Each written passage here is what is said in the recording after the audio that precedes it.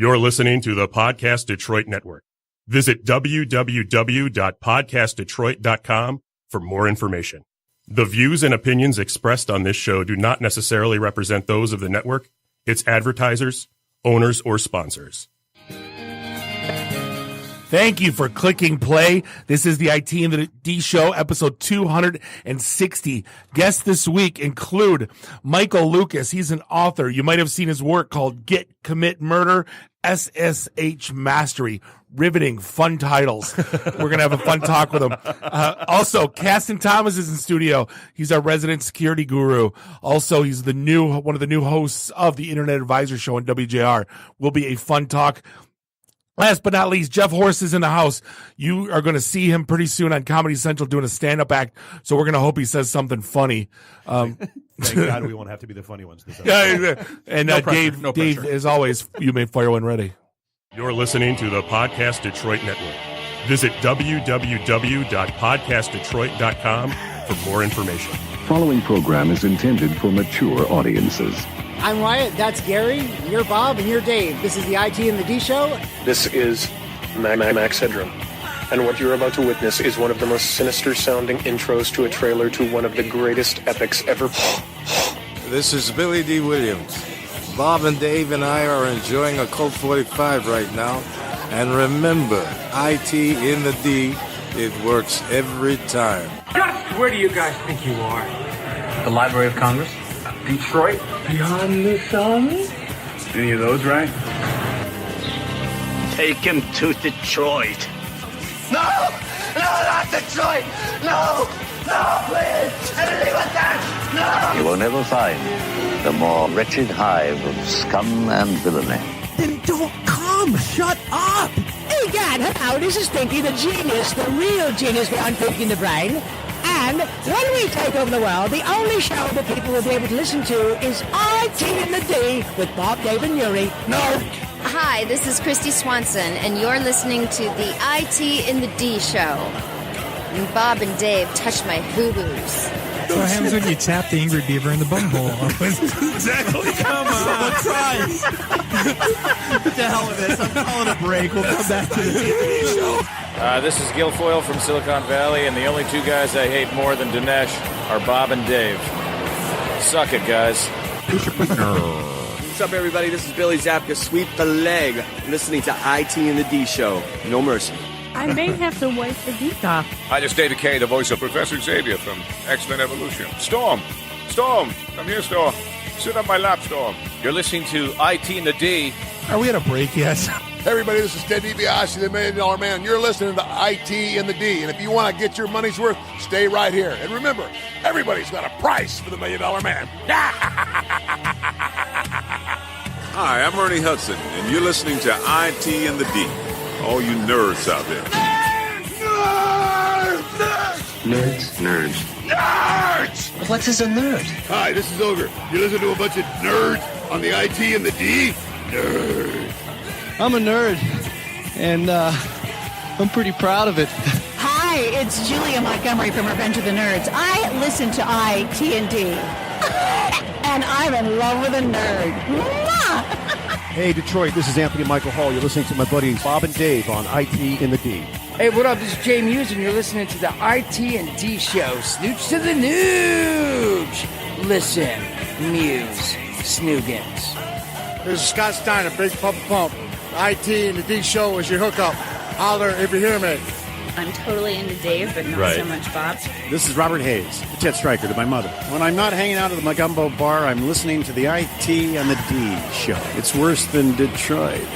Is there such thing as a meat hangover? I love my Monday meat stick. Hey, folks, this is WWE Hall of Famer Hacksaw Jim Duggan, and you're listening to the IT and the D Show. Tough guy. Ho! Hello, smart people. Yakko Warner here, and the only show we listen to in the water tower is Bob, Dave, and Nuri at IT and the D. Good night, everybody! Hi, this is Kelly LeBrock from Weird Science. So, Bob and Dave, what would you little maniacs like to do first? The question isn't what are we going to do, the question is what aren't we going to do. Ludicrous speed! Sir, had you better buckle up? Buckle this! Ludicrous speed! Go!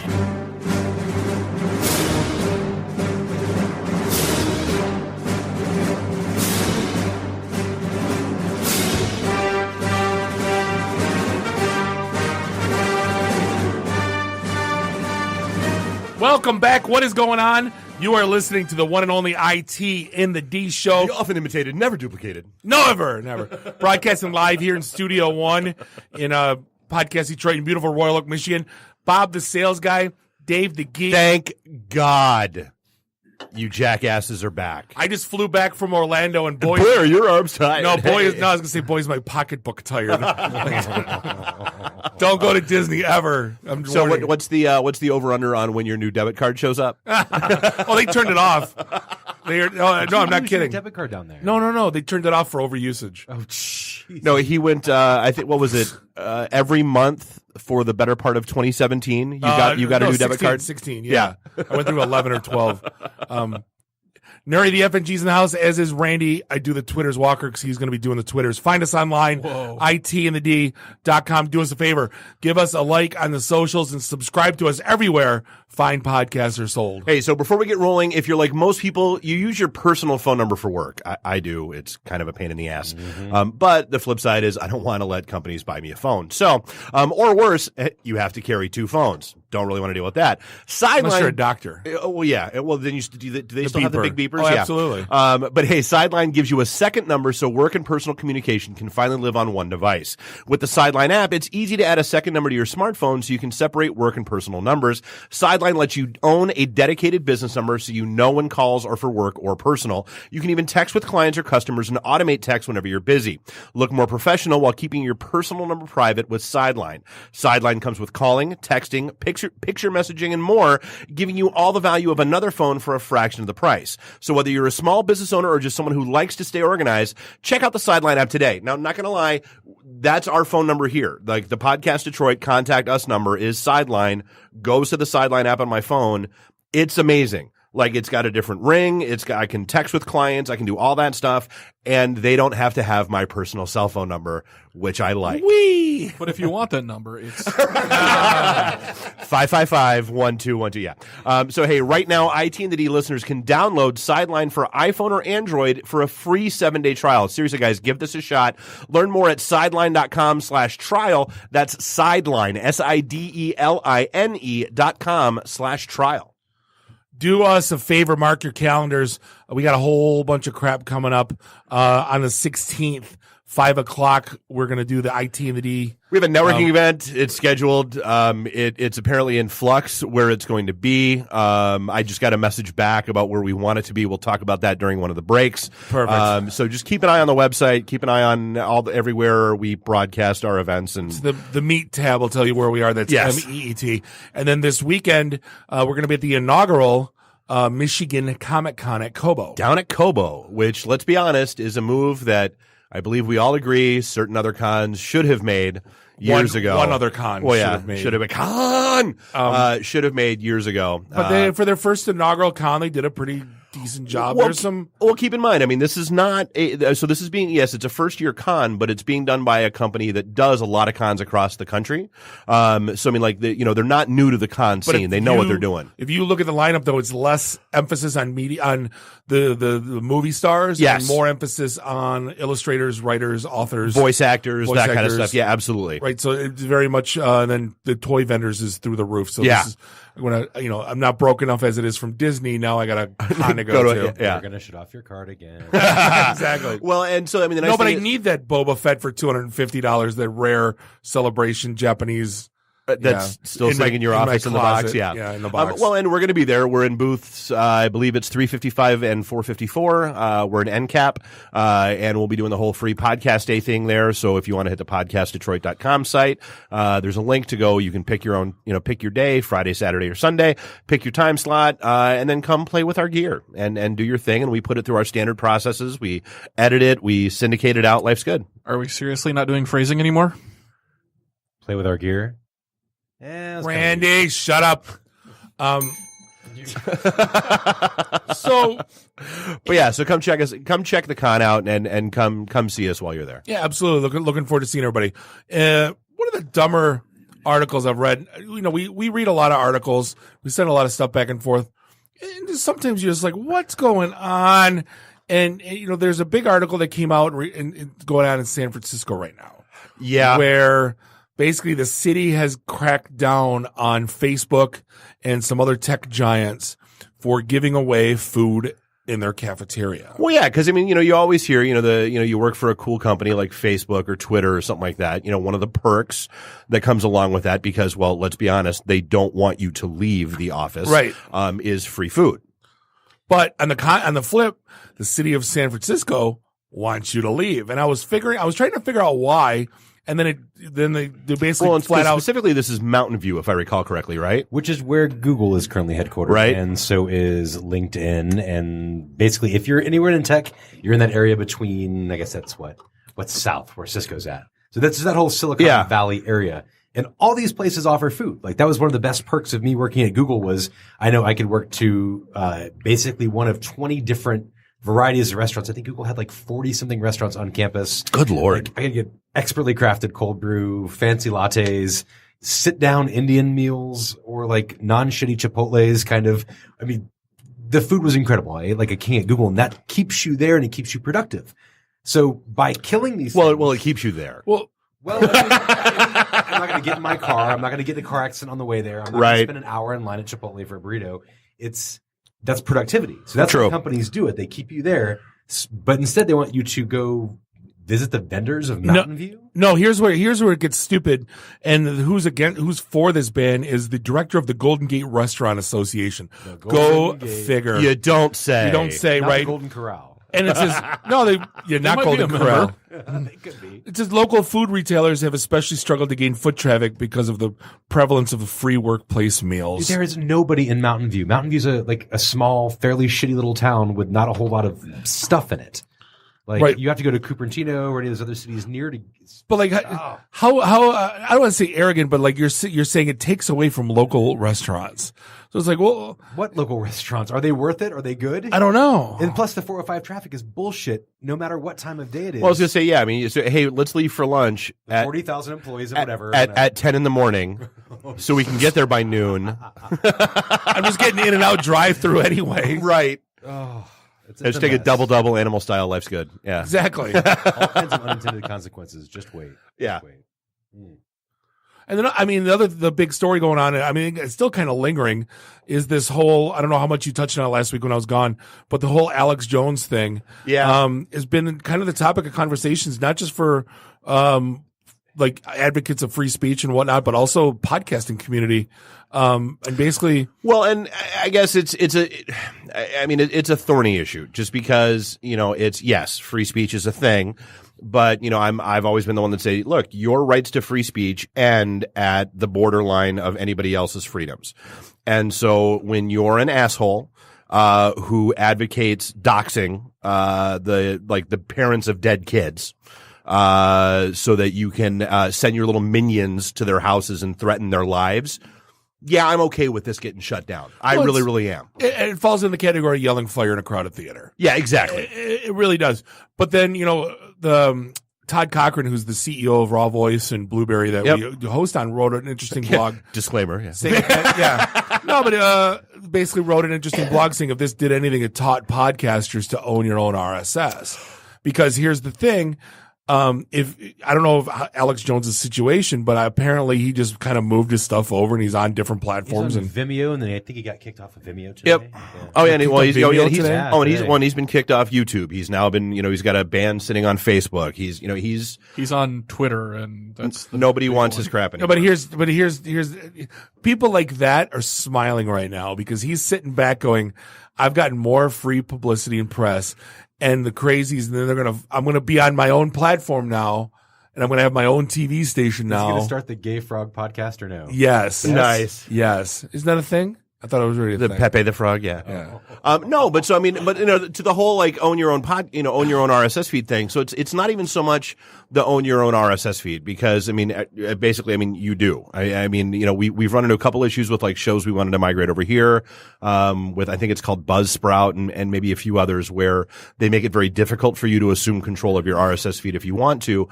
The interesting part of that article to me was that essentially iTunes or Apple controls about God, I think they gave a statistic that was north of 90%. 95% of all of the apps that are out there, because like, your Pocket Cast and some of those and a lot of those other apps don't have the infrastructure to basically manage and maintain their own feed directory.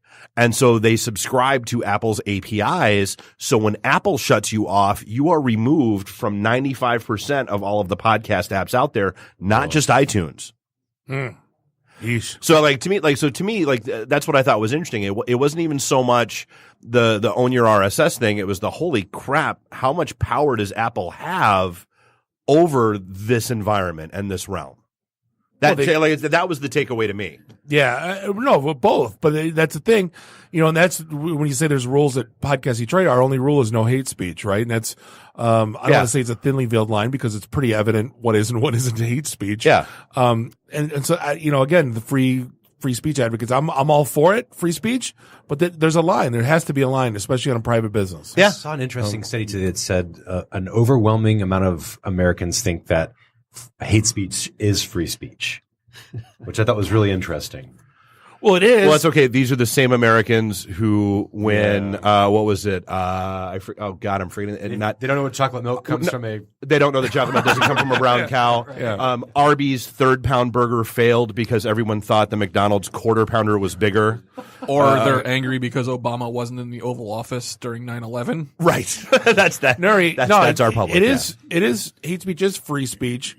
But you're not free from repercussions, right? And that's that's the key to the whole thing is you can say what you want, free speech all day. Yeah, it doesn't mean that people you're going to get destroyed over if you say something stupid. And you're on Flash. And you're going to lose your job and you'll be kicked off platform. Another topic that we love to hammer on, and it's the whole Uber.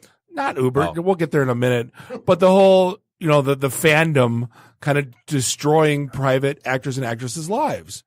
And this one, God damn it, DC fans. This one's new, and this one takes an interesting switch. So if you've been following, they cast the new Batwoman or Batgirl, which is Ruby Rose. And if you don't know, from Orange is the New Black, Orange is the New Black, and John Wick 2, absolutely drop dead gorgeous lesbian. Yeah, but apparently she's not gay enough. She didn't publicly come out.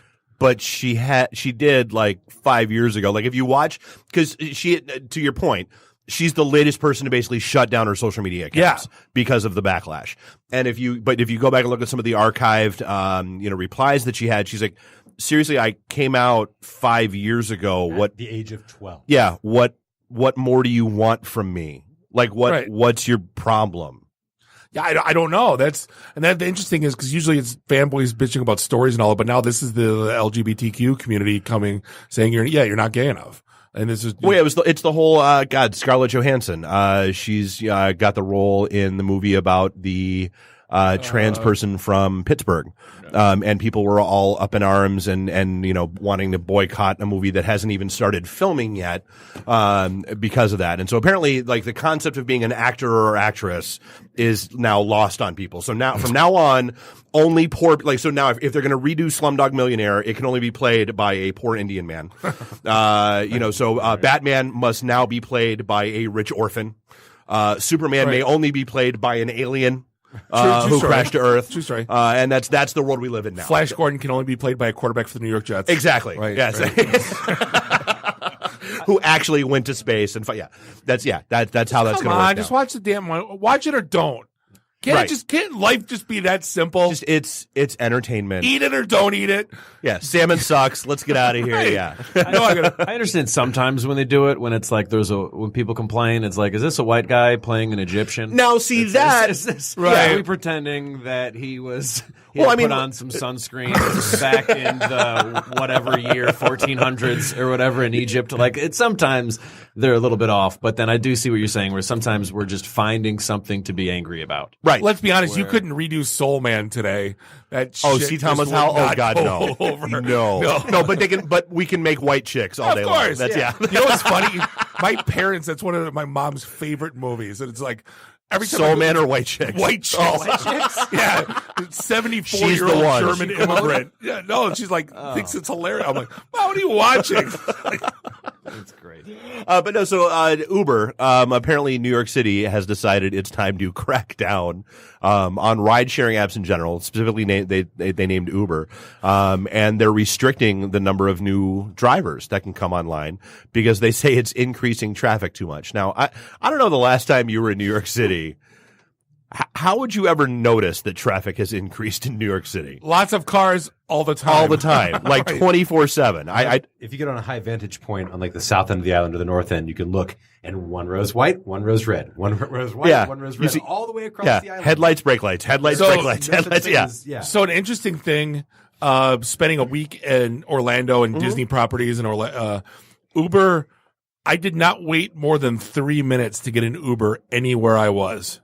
But interesting enough, the drop off at Walt Disney World is 8 miles away. Is owned by the front 150, 200 yards is owned by Mears Taxi, and they will slit tires if the Uber parks in their front. So you got to park. The Uber's got to drop you off about 200 yards from the entrance. Okay, to go to the tram or the ferry if you ever been because it's all Mears signs. Yeah, even like here in Detroit, the DCFC games are sponsored by Lyft. So there's a designated Lyft drop-off zone that is reserved only for Lyft rides, and you get access to a special gate, so you don't have to wait in the main gate line. Yeah.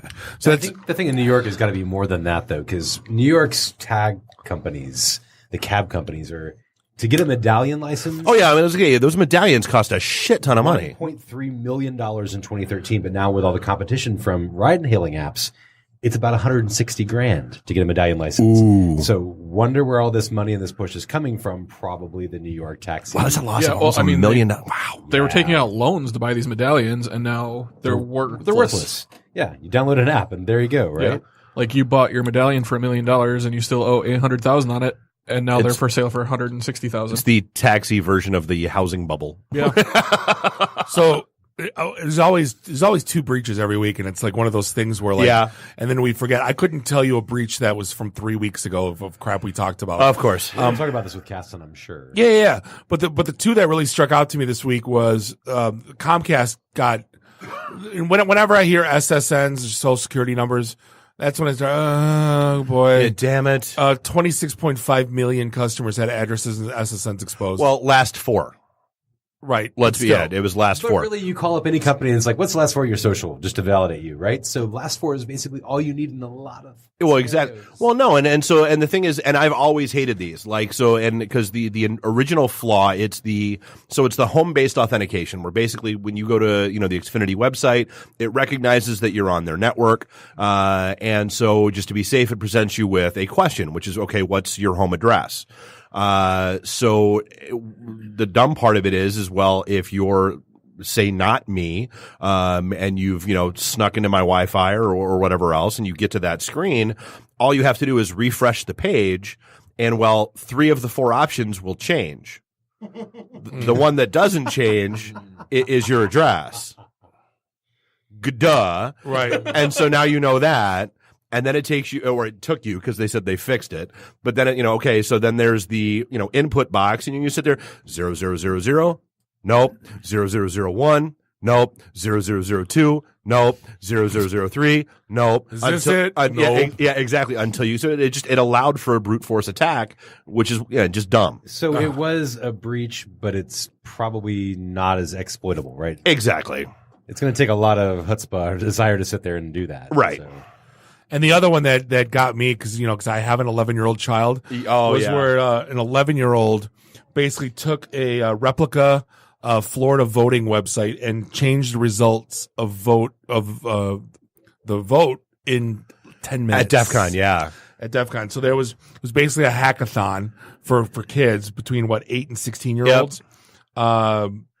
It took an 11-year-old 10 minutes to significantly change the voting results on a Florida voting machine. Right. It's thousands of adult hackers attend this convention, and this year a group of kids attempted to hack imitation websites linked to voting in presidential battleground states. I love this. The quickest exploit was done by an 11-year-old in just 10 minutes. The kids were given a brief tutorial on how to do SQL injection attacks and turn loose. And apparently it just took 10 minutes for one of them to get in. Uh-huh. I saw pictures of debold machines having animated GIFs playing on them and instead of the voting screens. this is a fundamental part of our democracy, and we're not doing a good job. No. Do we think that they will change the setup now? No, of course not. So, no. so That costs money.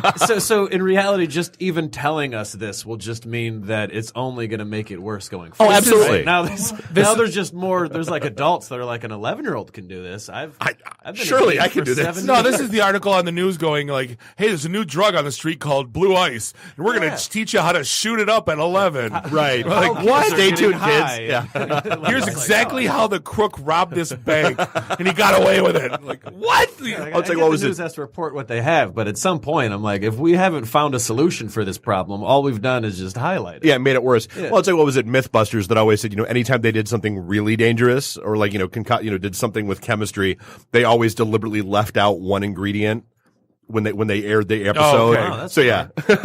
Smart. One of them too is like there's a machine called Pollbook, and they kept the supervisor passwords on the cards in plain text, which allows you to get into the data. And then there was the root password on those machines. You want to guess what it is? Root Password. Yeah. I'm a hacker. Hacker. Pop your collar real quick. Mother of God. Well, how does that even happen? But my favorite story of the week is the country's been invaded by electric scooter rental companies. Well, yes, and they are now in Detroit. Yeah. But the dumb thing about them is I didn't realize this. They're paying. We talked about they're paying people to. So what you do is when you rent these things, it's 15 cents a minute. Plus $1 just to rent it. Plus, or $3 a dollar, whatever. Yeah.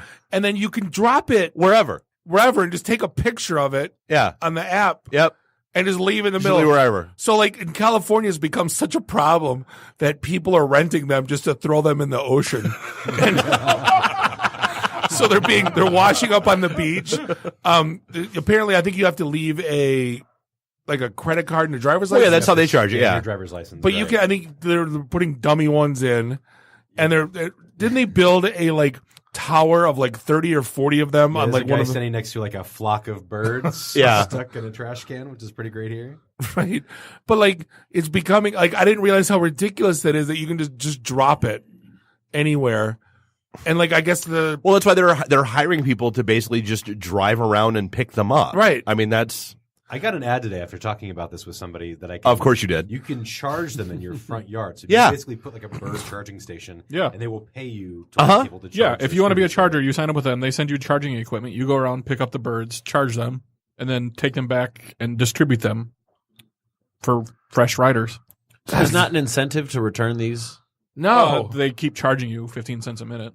Well, but when you say you drop it off, you gotta have send to- the picture, and that's where it is. You have to prove it that you dropped it off. Oh. Even there's an incentive to return carts at Aldi's. You know what I mean? Yeah, a quarter. Yeah, you get your quarter back. Yeah. So I feel like it should be a little bit steeper than that. Well, I guess 15 no. cents a minute. People are pissed off at them because they go in between the cars and traffic lines, and they don't Right. stop at red lights, Basically just riding them like dicks. like slow roll.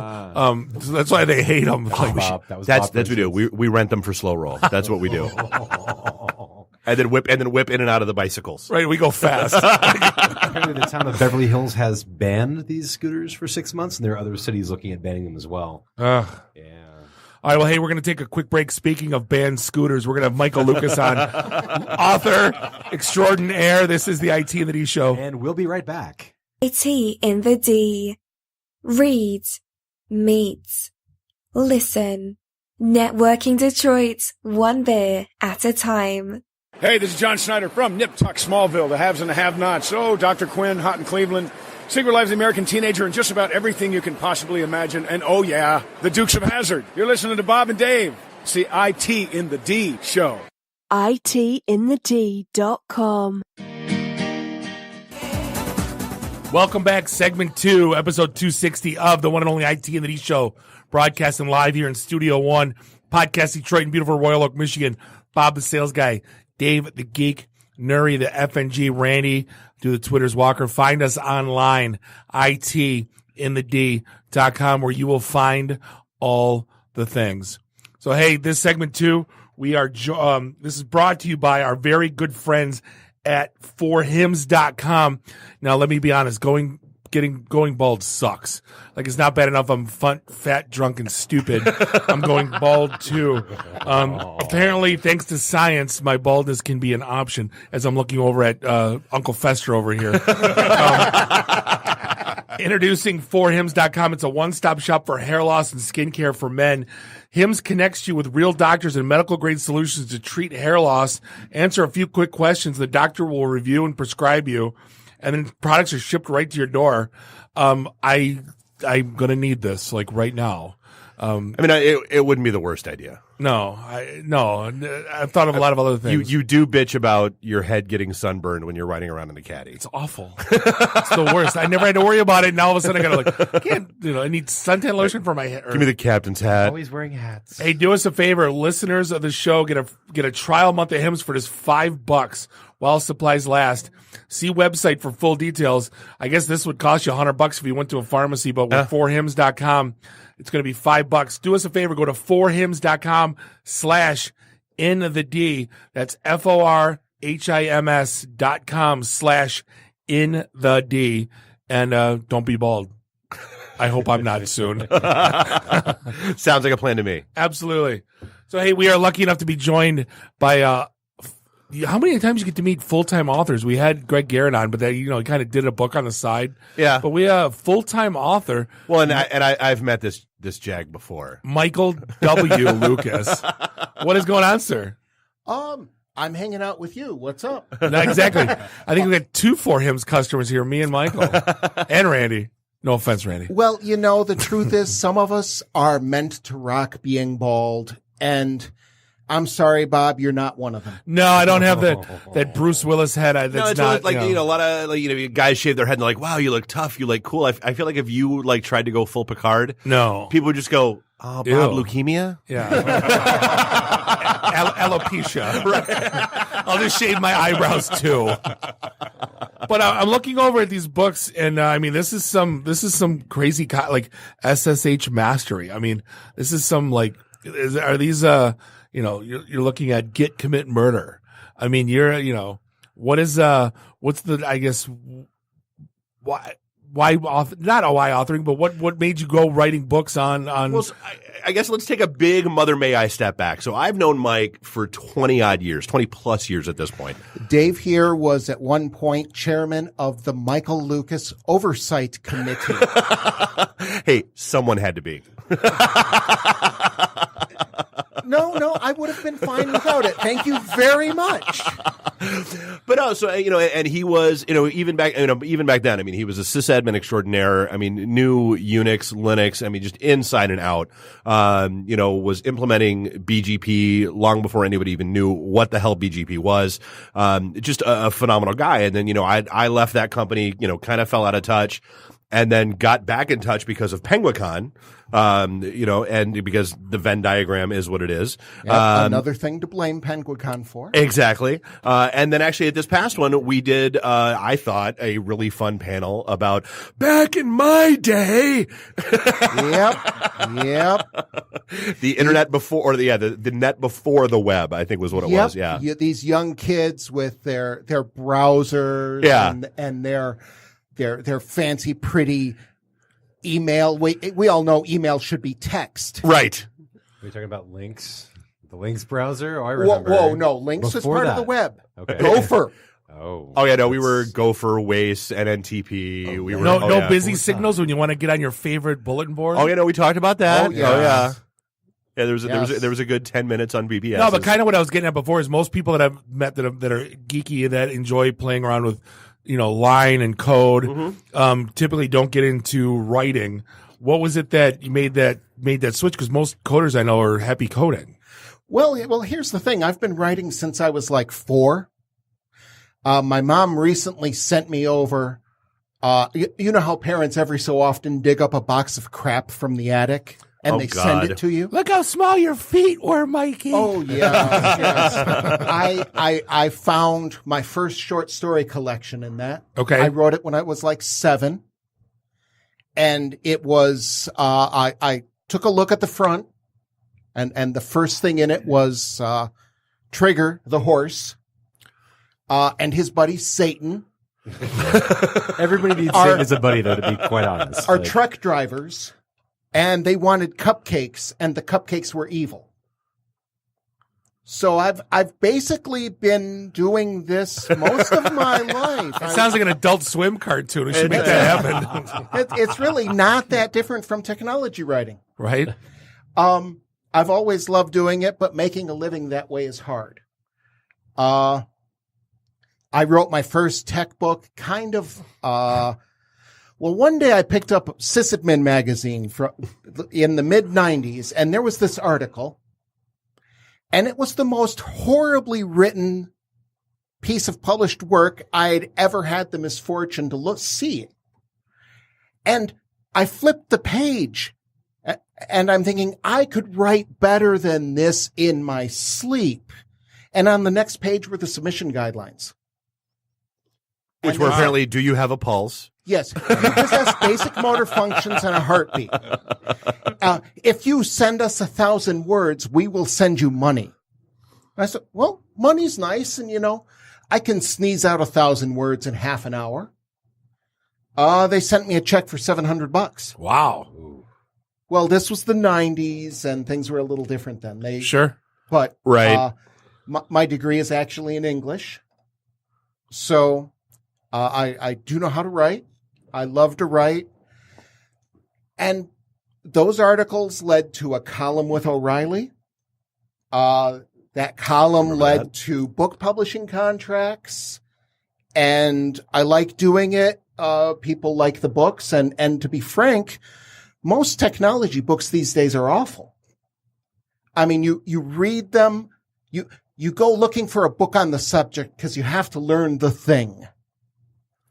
And the best book in its field is horrible to read. It's toilet paper, basically, right? Yeah. It's like reading this is like dragging sandpaper over your eyes, and you drive yourself to do it because it's the only way to get the knowledge. And oh God, this is horrible. Well, they always start out with the same 3 words: Dummy's Guide to. Right. And those are some of the better ones. And there are exceptions. I mean, Stevens' TCP/IP Illustrated, Knuth's Algorithms books. These days you have people like Chris Sanders and Richard Baitlick who actually can put a book together and make it readable. But still, how many times have you looked for a book and you wind up buying a $100 book for 3 chapters? Same reason you buy that $17.99 CD for that one song. For the one song. Yeah. It's the only way to do it. Yeah. So we have this culture in computing these days where do you want to buy the $100 book or do you want to look for the answer on Stack Exchange and blindly copy and paste it into place and hope to God it works? The person who wrote that code knows what they're doing. Yeah. Yeah. So, it turns out there's a market for books that don't actively suck. Go figure. I think there's a market for everything. Yeah. Food, cars, escorts. Ford? Yes. Yeah. Ford. So I mean, that's the thing with, first thing I think when I think technology author is, that we had a joke at HP, if you hate your job, just wait 6 months, it'll completely change. Yeah. And, Moore's Law, every 4 years. I mean, technology's moving light years. Yep. Speed. How do you maintain that they stay, I want to say not relevant, but how do, you follow where I'm going with this? How do you, make sure that there's a little bit of longevity to some of these books, especially when you're writing? Well, longevity is about principles. Your typical IT guy, if he reads one of my books and it says, oh, here's this config option or here is how this protocol in the software works, and here's this config option where you adjust it. If they look in the config file and they say, oh, there's 2 similarly named options. Well, if they understand the protocol and they look at the options, they're pretty good at check the documentation for this release and see, what do they do? This is, once you understand what's really going on, actually configuring the software is not that terrible, unless it's Oracle. But I'll ding you on that one. That's for damn sure. Well, no, so I mean, it's kind of like object-oriented programming. Like once you learn the fundamentals of object-oriented programming, all right, you can go pick up Java. You can go pick up, C#. You can go. I mean, it's understanding the fundamentals and then applying it to whatever you're getting into. Little syntax things, right? Right. The concept's the same. yes, Right. yes. And so, like this book on SSH, some of the encryption algorithms will change. We're on ECDSA these days. In a few years, something else will come out, and it's a different encryption algorithm. It has this config line, or this configuration file entry. Fine, no problem. Move on. But it's still the config file option for your encryption parameters. Right. Yeah. Right. So who cares? But we, those of us in the industry, we're used to this slow creeping obsolescence. And so longevity is about explaining the principles and what's really going on underneath. And of course, eventually then you get to put out a second edition. Sure. And hopefully all the people who bought the first one will go, oh, that was a great book. I'll go buy the second. And I have Yes, I'm being forced to deal with a new upgrade. yes. So you mentioned the technology books that suck. What do you do differently as an author to make technology books not suck? How do you be more readable in a book on SSH, which is not a super interesting topic for a lot of people? Here's the thing. Well, I mean, Bob is probably not browsing for an SSH book. Let's be real. Bob says, is it a book on being quiet? Don't Bob. Shush.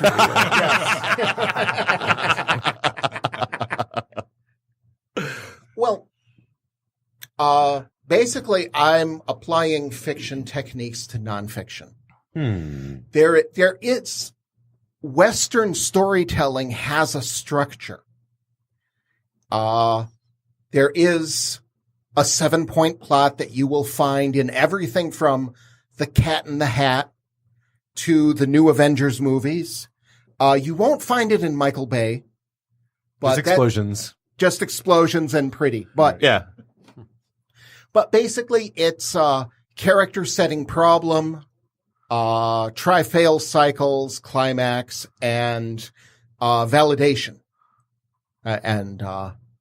Validation is the one people have most trouble with, but and we all went home for tea and crumpets. Right. Or were there all the high school dance at the end and everyone's dancing, right? Yes, That's validation. yes. Okay, cool. Yes, you've succeeded.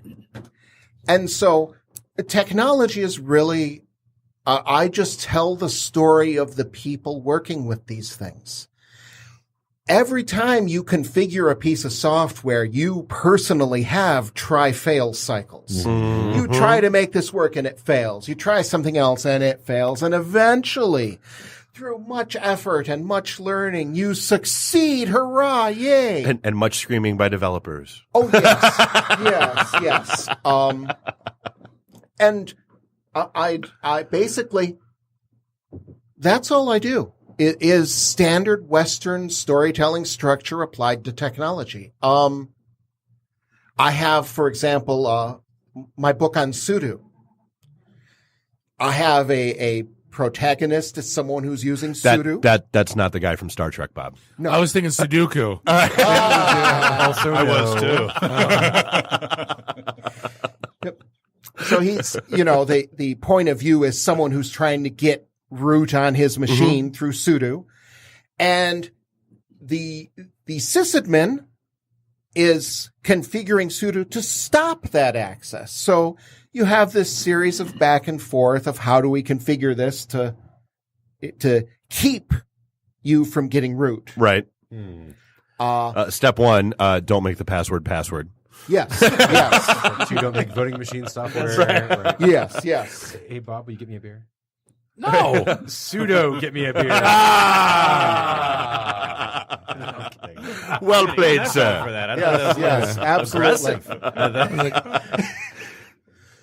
So yeah, that's really it. You tell a story, because all of this has a story. Software is about people.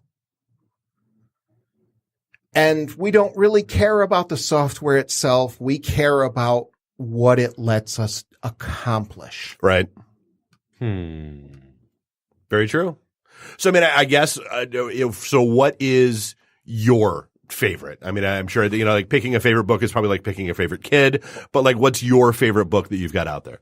My favorite, okay. I'm going to throw out a couple here. Okay. Bob mentioned I have Get, Commit, Murder. It's a novel. And it says in the back, if Agatha Christie ran Unix cons. Yep. Because we get really, really intense about our software. No. Yeah. Yeah, people think fandoms are bad. They should dive into like operating system forking conversations. No.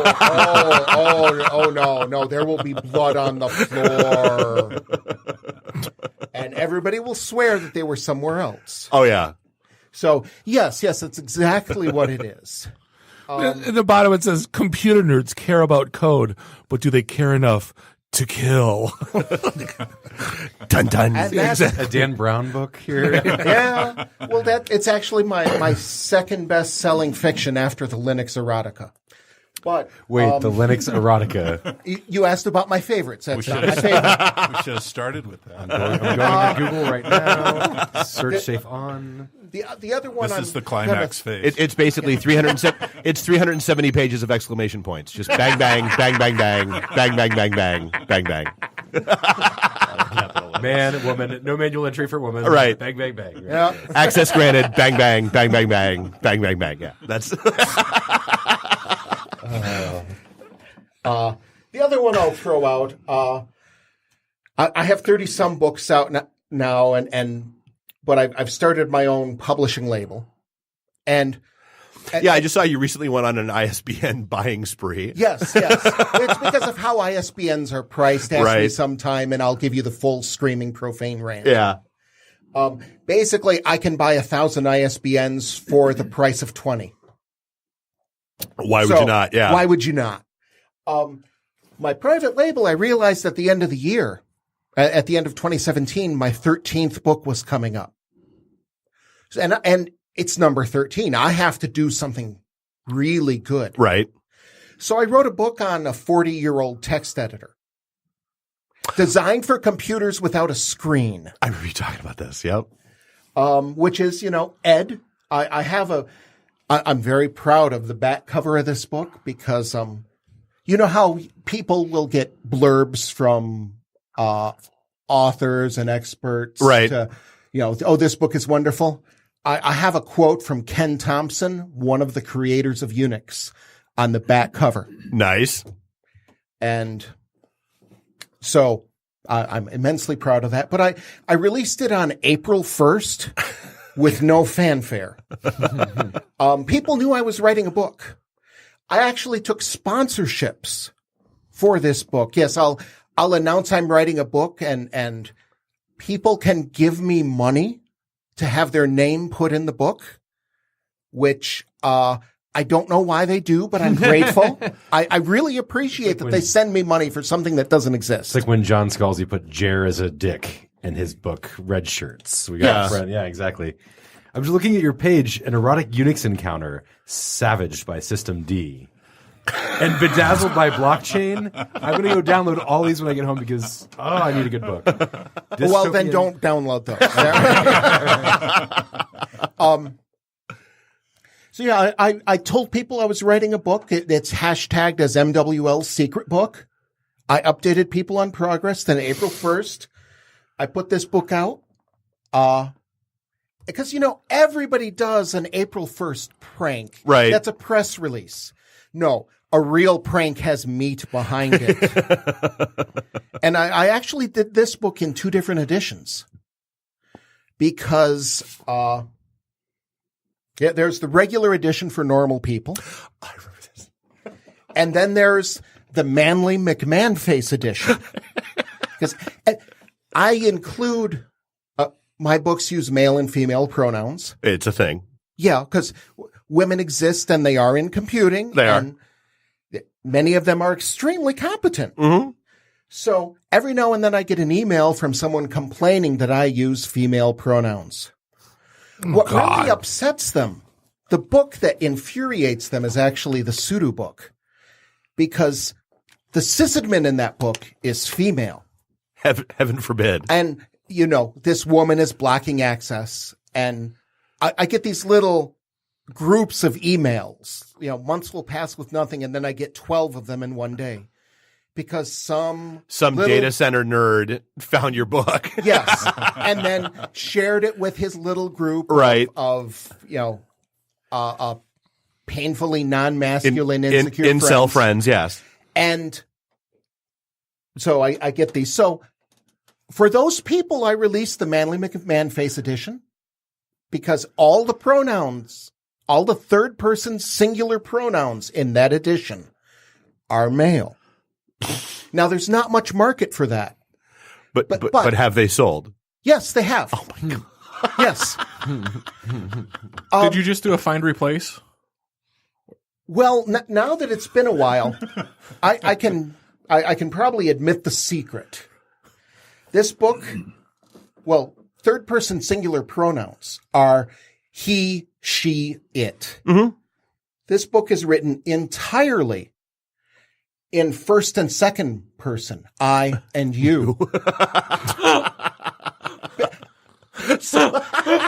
And because F you. Because F you sideways with a chainsaw.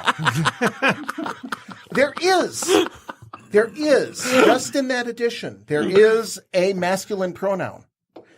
Because, and if I can find the acknowledgments... There's a line at the end of the acknowledgments. It says, for every copy of the Manly McMahon Face Edition, that sells, I'll donate $1 to Seroptimist International, a woman organization. They work here in Detroit on human trafficking. Okay. In the Manly edition, it says the author will donate $1 from his sales for each copy that's sold, again, because F you. Right. Why not? Yeah. Amazing. So, those are the ones. One of us. Oh, dude, absolutely. When people bench, you push the knife in and twist a little. Oh, yeah. Well, you know, I just want to write technology books. I just want to write novels. I just want to have fun doing what I do. I don't want to listen to these, you know, fragile man children. Yeah, nobody cares. Yeah. Nobody cares. Yeah. Nobody. Yeah, None. Women exist. Get over it. And if there were pronouns for different religions and races, I'd use those too. So, those are my two favorites right now. All right. So where do we find you online? How do we find the books? All that fun stuff. MWL.io. Okay. That is my website. So MWWELL? MW, I just want to make sure. Yeah. Oh, just MWL. M, the letter W, the letter L, my initials, Michael W. Lucas, .io. Perfect. Yeah. The letter I and the letter O. Yes. Like not L like L Club. Yeah. Yes. I'm trying to make it clear for people it's what we do. There's a blog. There's all the books. There's a frequently asked questions. So before you ask me what software I use to write books, please read the escalating descriptions of, yes, this is the software. Yes, I write with Windows and there are reasons for it. And no, I don't like it. But stop demanding I write in LaTeX because I'm going to hurt you. Nerds. Yeah, you know, you're my people and I love you, but you all need a slap. It's splitting that hair a little thin when you're like care about the editing software of the authors of the books you're reading. Well, I never would have imagined that. See,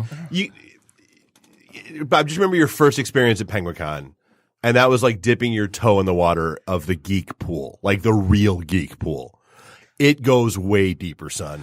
That's like, I'm just thinking like a musician going, What board do you use in your recording studio? And like, and that happens. Does it? It does. Stop. Oh, absolutely does. I hate people. Stop Do talking. nerds care enough about Code to Kill? The answer is yes. Yeah. Clearly. Yeah. Michael, good stuff. Good talking to you. MWL.io. Give his stuff a look-see. We're going to take a quick break. We're going to be back. Caston Thomas. This is the IT and the D Show. And we'll be right back. IT and the D. Read, meet, listen. Networking Detroit. One beer at a time. Hi, I'm Brittany Daniel from The Game, and you're listening to IT and the D Show. ITinthed.com. Welcome back. Segment 3, episode 260. This is the one and only IT and the D Show, broadcasting live, Studio One. Podcast Detroit, Royal Oak, Michigan. Bob, the sales guy, Dave the Geek, Nuri, the FNG, Randy, I do the Tutors Walker. Find us online, itinthed.com. You know why? Because we are IT and the D. And you're still not. You're not. You're never going to be. We love you. Mwah! Muy, kisses. Besos y besitas. I brought you a gift back from Disney. Is it your debit card? Yeah, that too.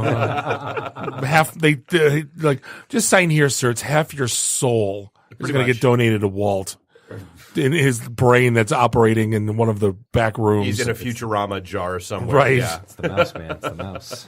That mouse, man. And you know what? You can't even see the regular mouse. You got to see the magician mouse. Oh yeah, The Sorcerer's Apprentice. No, not the Fantasia one. Like he's in a magician garb. He's in his magic room at the theater. That's the mouse we saw. Yeah, it's pretty. Yeah, exactly. Interesting. Well, this segment is brought to you by WGU. WGU is an online university that's changing lives by changing higher education.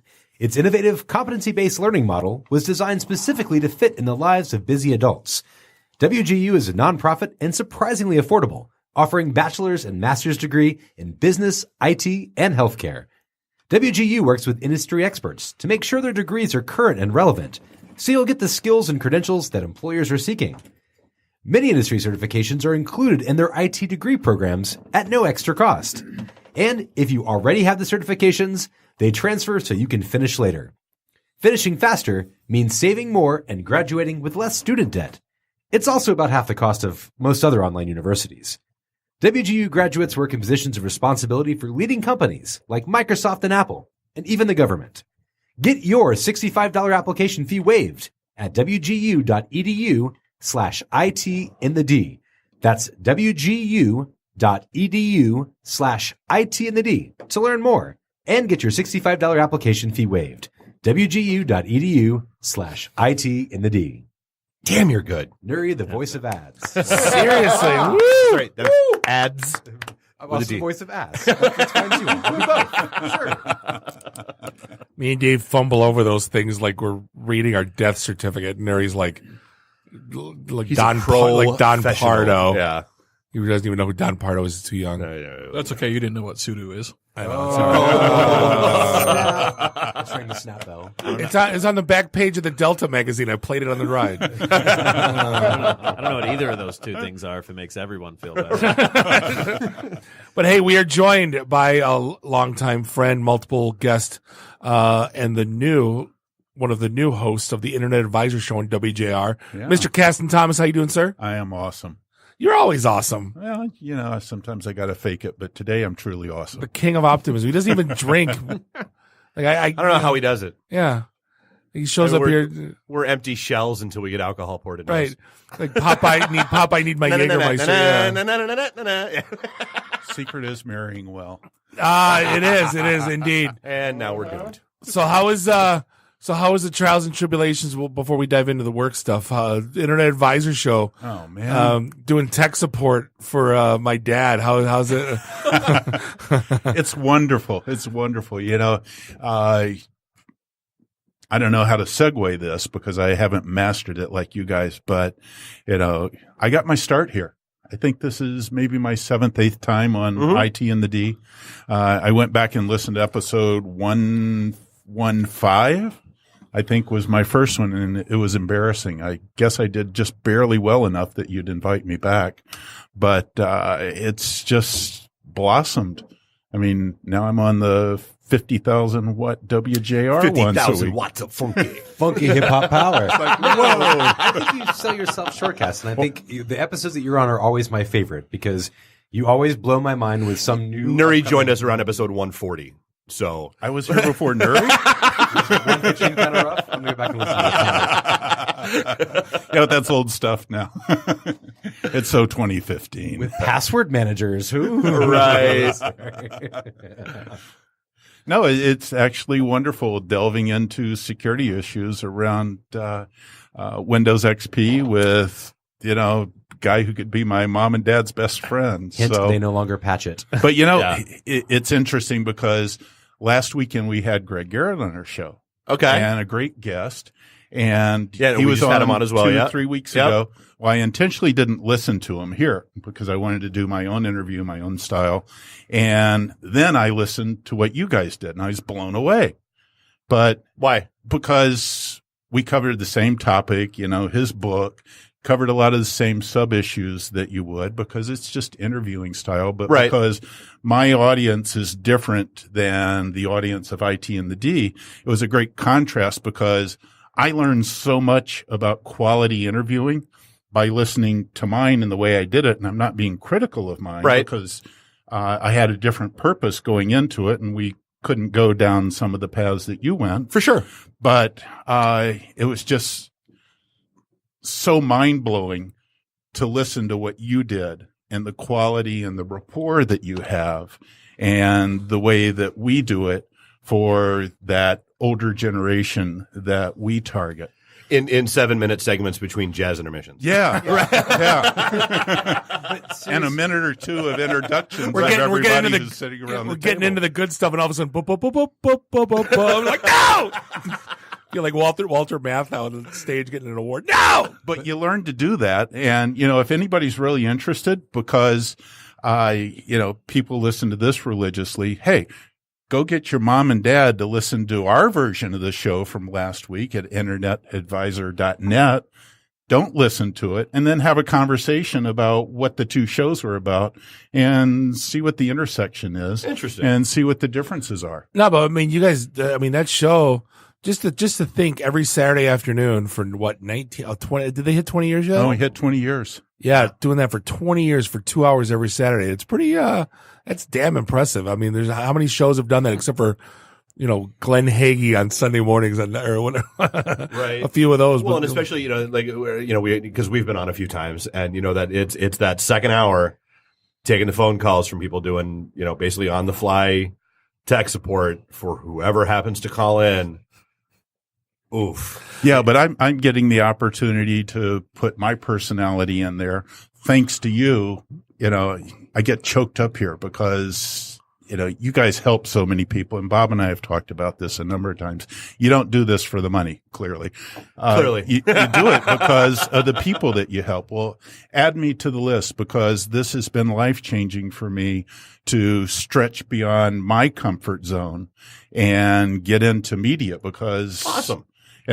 I look back when I was growing up, my father went into business about the time I was born. And believe it or not, Wolfman Jack, back from the Pardo days, Wolfman Jack sold to my father at a country and western station, KCIJ. Wow. KCIJ in Shreveport, Louisiana. Cigarette? He was probably. It was a country and western station before. And these are the things that it's opened up. I never imagined myself doing that because I could listen to Wolfman Jack and, it was like Dad would tell me stories about them sitting around just chewing the fat together. And so he was like this icon. Now here I am in the industry learning about the history of radio. I had no idea. I learned that after Wolfman Jack left Shreveport, Louisiana in 1963, he went to a 250,000 watt station in Mexico. Really? And they were blasting signal from 8 or 9 radio stations all the way into northern Canada with that kind of wattage. Wow.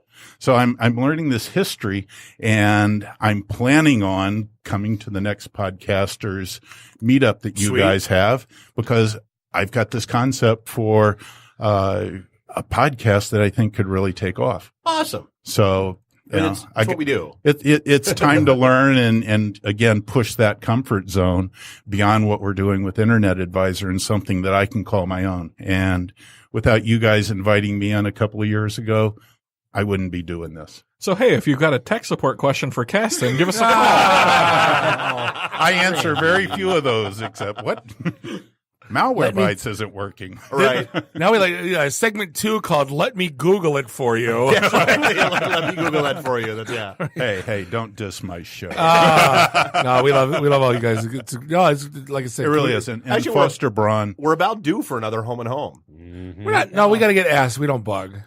Okay. No, I'm just saying, consider yourself invited. I'm now producer. Just let us know when. I missed the meeting, so I'm now producer. Nice. That's usually how that happens, yeah. Right, you didn't show up. You're vice president, right? Treasurer. But it's changed all my Saturdays because, hey, we got a wedding. Well, I can't be there, but I'll come for the reception. Right. Skip the bad stuff and get right to the yes. Yeah. Well, I mean, and that's what we always said about this. I mean, even when we built our first studio and then even when we moved here, we kept our Monday night, 9:00. That's because that's when we knew we had to have our asses in the seats and the light turned green and off we went. And I'm missing Monday Night Raw and it's okay. Yeah. Yeah, but you can TiVo all that. I do. I DVR all of it. Right, so Dave just gets mad at me when the Lions play on Monday Night Football, and I'll have the NFL app, and in the corner of my eye, I'm looking at the Lions game, and he caught me a couple times, and I gotta kill you, I swear to God, the football game. I was gonna say it was interesting you brought up Raw, not Monday Night Football. Right. No, it's only with the Lions. I don't care otherwise. Lions Priorities, football. What do those priorities. two things have to do with each other? So what else is going on? Oh goodness. We touched on some technologies last time about artificial intelligence and I was at a security conference presenting a couple of months ago, and I started off the presentation with these words. What I'm about to talk about is going to be the biggest change to the way we communicate on the Internet since the invention of the web browser. I got a LinkedIn message during that. I read it that night. You're full of shit. No, he said, Caston, I'm sitting at your presentation, and when you started, everyone at the table shook their head and said he's full of fecal matter. And hey, I do AM radio, so he said, you're halfway through your presentation. Everyone at the table now is in 100 agreement that you are 100% correct. And so, it goes back and again, last time I was here, we talked about VentSurf, saying I made 2 mistakes in the design of TCP/IP, VentSurf being one of the co-writers, and by many, he's the evangelist of Google now, and he wrote TCP/IP. He said we made 2 mistakes. One, we didn't give enough address space. Well, we fixed that. And the other was we didn't build security in. Well, it was a lab experiment.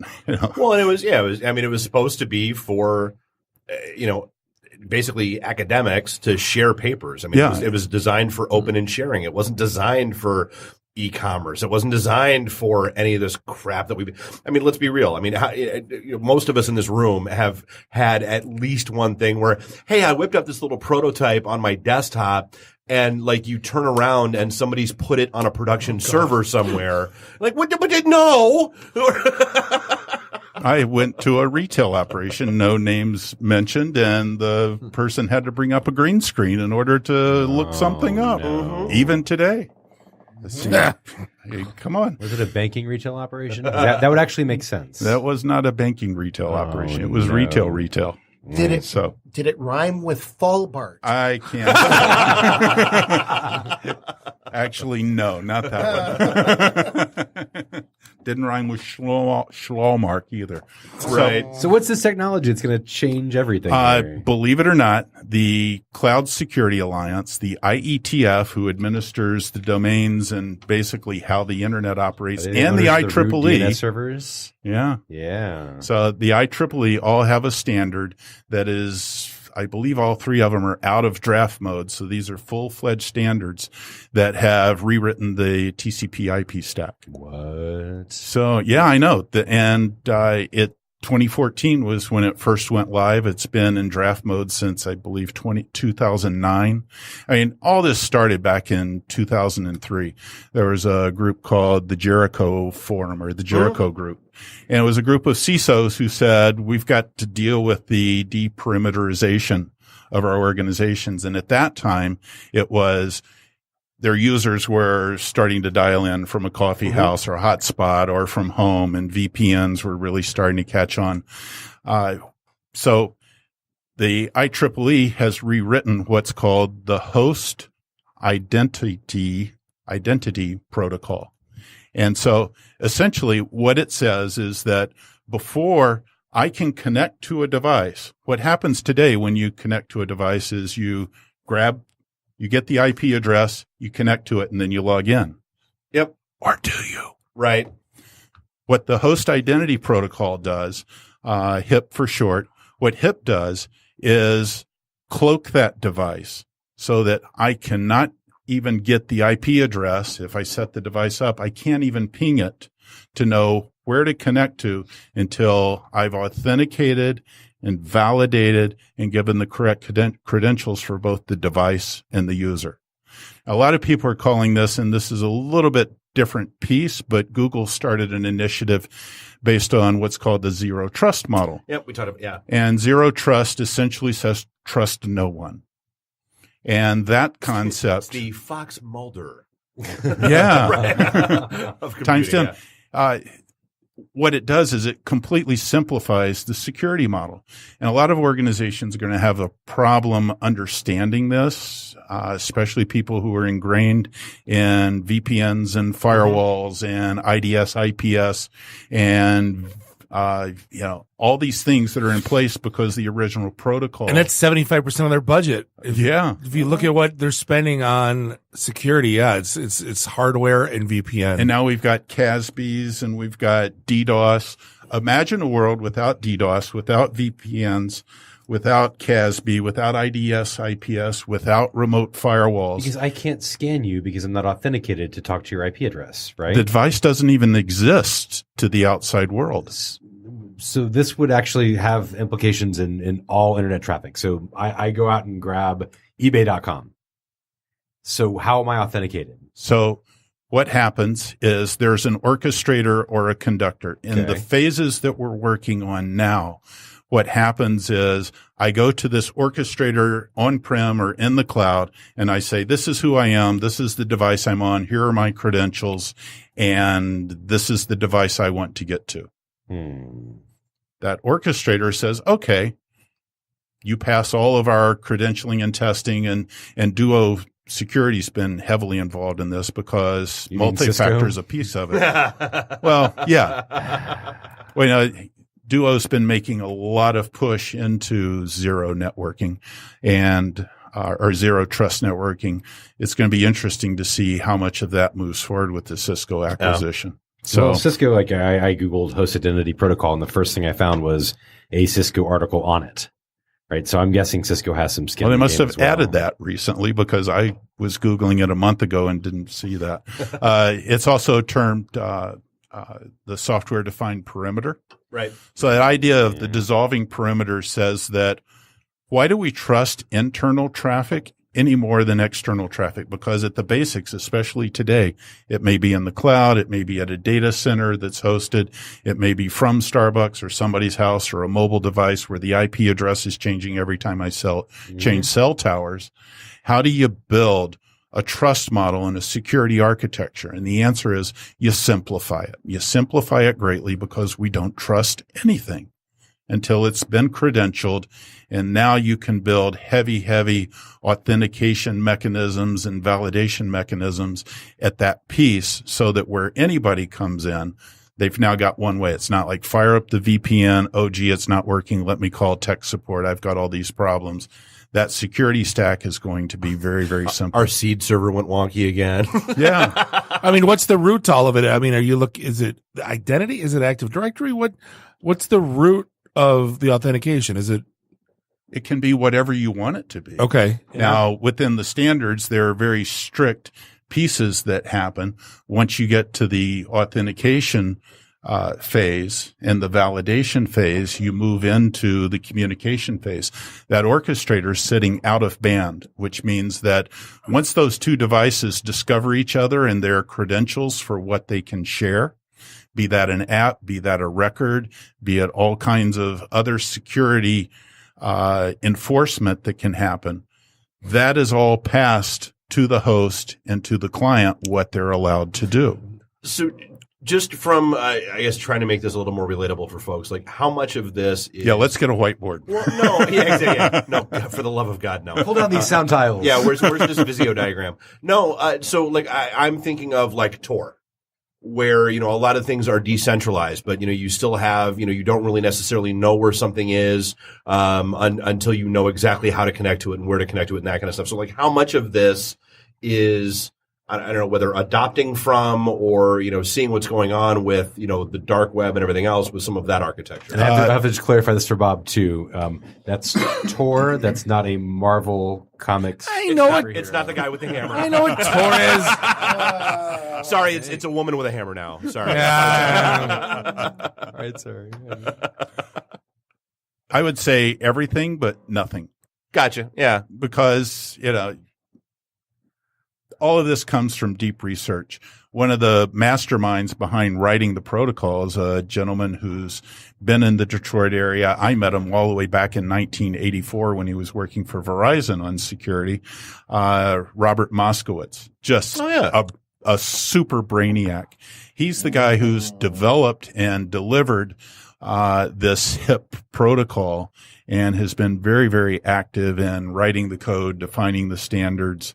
I can spend 5 minutes with Robert and, he's way over my head, which isn't saying a lot, but, he's just this amazing mastermind who's incorporated 40 years of learning what the security deficiencies are in the TCP IP stack and inserting that into that. So yeah, this idea of having shared directory services that are specific to the devices, and that's integrated into the credentialing, and that's integrated into the permission sets that can be exchanged. Doesn't that just ruin any kind of anonymous web browsing, though? Oh, yeah. Like, so I can no longer hop on VPN and well, do weird you've stuff, got to remember, this is primarily for corporate security today. Okay, this is going to be a corporate application, not a necessarily Comcast runs hosted identity protocol to talk to eBay. Well, we can see that coming because once you have that trust established... It's for your own protection, Nuri. But if you don't have anything to hide, why does it matter, right? Right. Yeah. Well, the idea there is that once the trust and permissions are exchanged between those entities, they can be revoked in real time as well. So, and because the location and the identity of each device is not static, because it's not the same. Imagine having a host of your application. Part of it is on AWS. It's also being serviced in a local data center, and it's also out in Azure. Wow. So if a session dies because one of the hosts goes away for whatever reason, that conductor, that orchestrator, can reassign that session to another device that can pick it up instantaneously. So the idea here is that load balancing and failover is instantaneous because that conductor is establishing and continuing to establish the relationship between the IP addresses of the end devices and the location. So, Caston, just to bring this into sales guys terminology, right in the beginning you said it's going to change like the way the browser changed. From dumb guy looking at it, what's the user going to, because I don't see the user seeing anything. It's just. That's exactly the point. It simplifies the security model because no longer does a user have a different experience when they're in the building directly connected, a different experience when they're on Wi-Fi, a different experience when they're at Starbucks, and a different experience when they're at home on a VPN. It's all the same protocol stack across all the devices and all of the instances of that user, regardless of where they are. Google went through a 6-year project, and they have books that are being published. Might be a good one for you, about their experience and how you go through a step-by-step program to establish a readiness for this new security architecture. Interesting. But again, we're moving to a world without VPNs, without an ultimate necessity of doing patch checking before we get onto the network. All these complexities that we've built get addressed by this protocol that's sitting right there in the middle of the TCP/IP I feel like the stack. nerd version of Movie Guy, and he's in a world. Hey, I've been practicing. I learned it from you. Hey, Caston, we're gonna cut you loose. We appreciate the great. I mean, this is honest. I mean this when I say it. You're better every time you come on.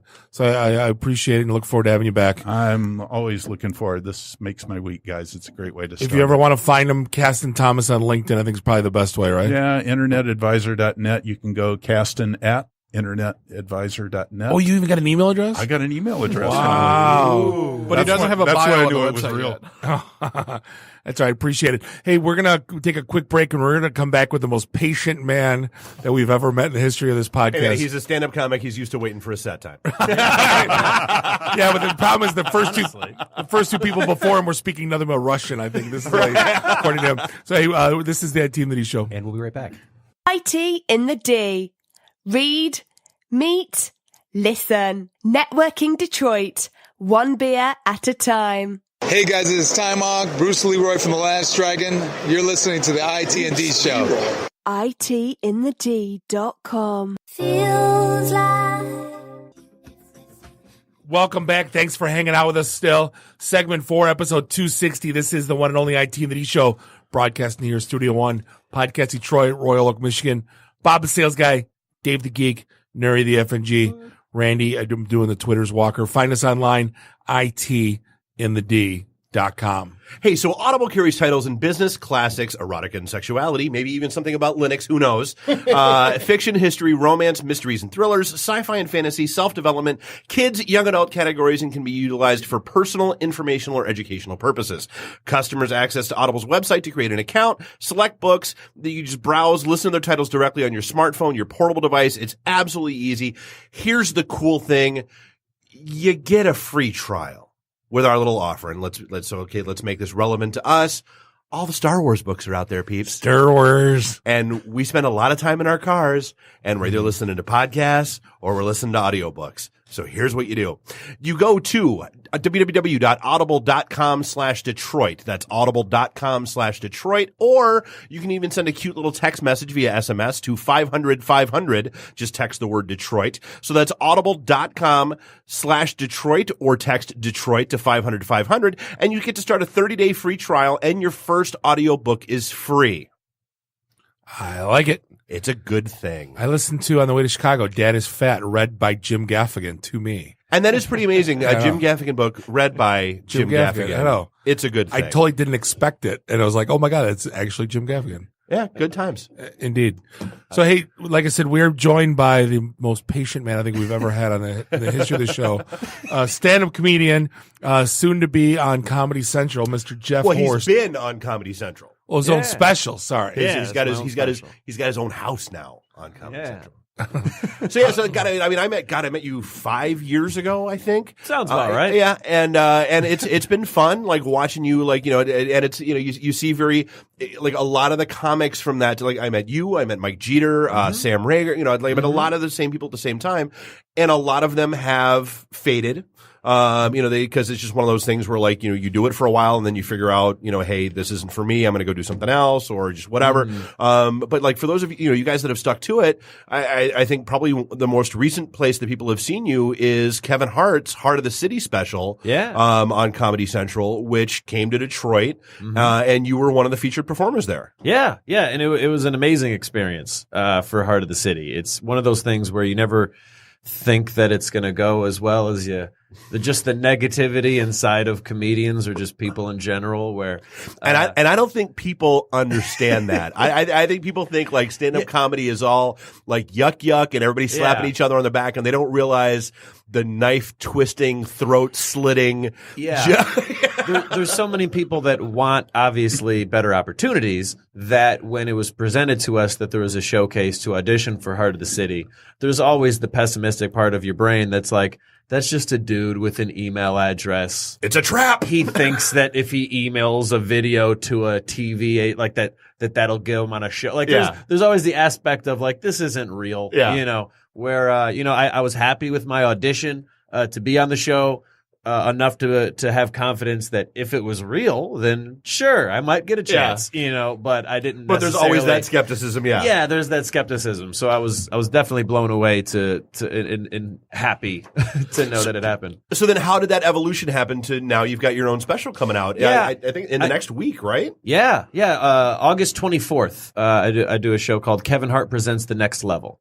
And so essentially Heart of the City is a show where each episode is it highlights a different city. Each episode is a different city where there's 4 comics that Kevin Hart and his team found to split a half an hour of a showcase. So the show starts out with a roundtable interview between Kevin Hart interviewing 4 comics, and then it goes to us each doing anywhere from a minute to 5 minutes.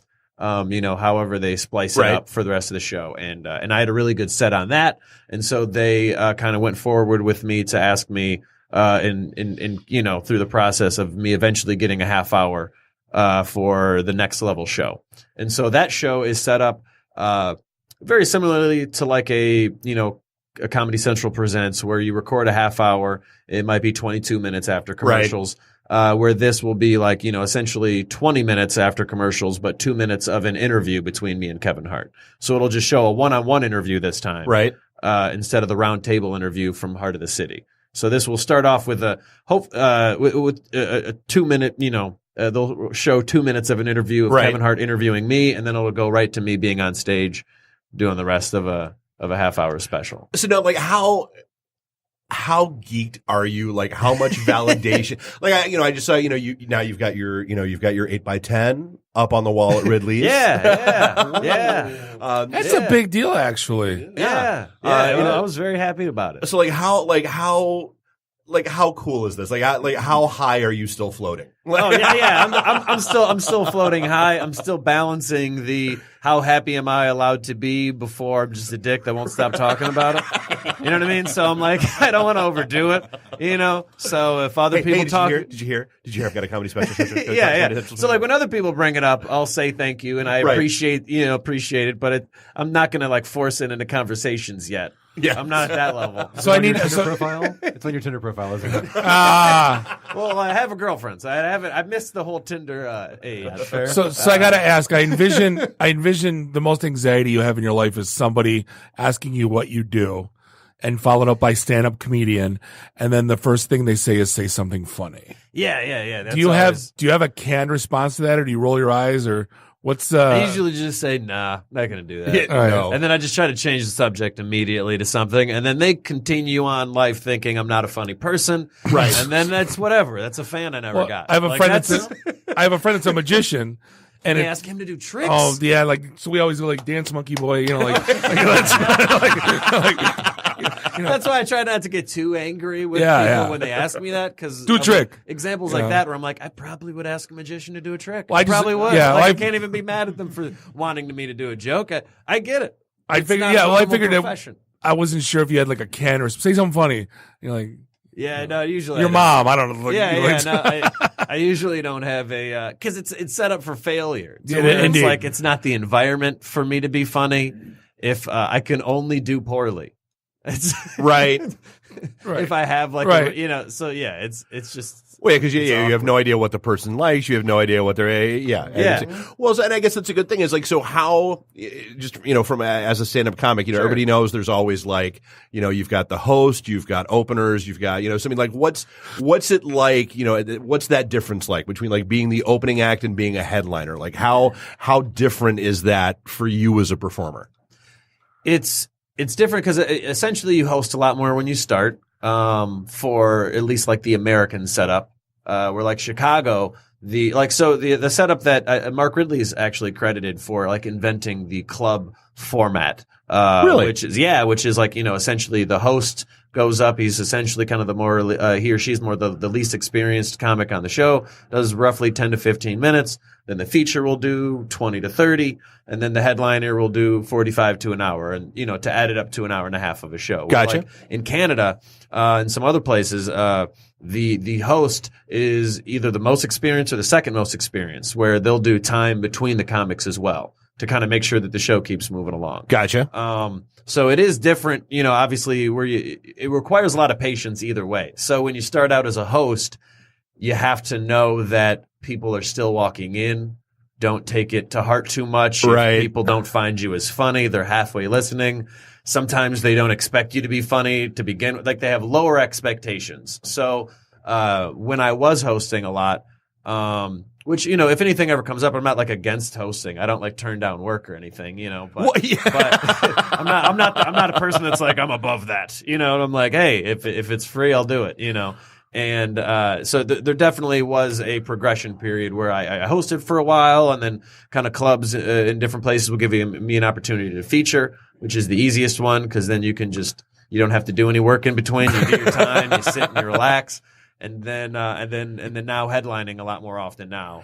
It's definitely been a transition for me. Yeah. So is it easier because maybe you get a little bit more time to read the crowd? You get I feel like it's definitely been a lot easier. Where it's, you get the expectation of being a little bit more funny to begin with. They give you a little bit more time to get into things. There are different things that I didn't think about when I started comedy, where like, for example, people also have more time to drink before you take the stage. Yeah. Which can be good or bad. It can have some negative sides of it, definitely, where like the attention span of some people may fall off halfway in your set. But that's what I was going to. That's what I was going to ask you. The whole drinking thing. One of my favorite things to watch on YouTube is heckler shutdowns.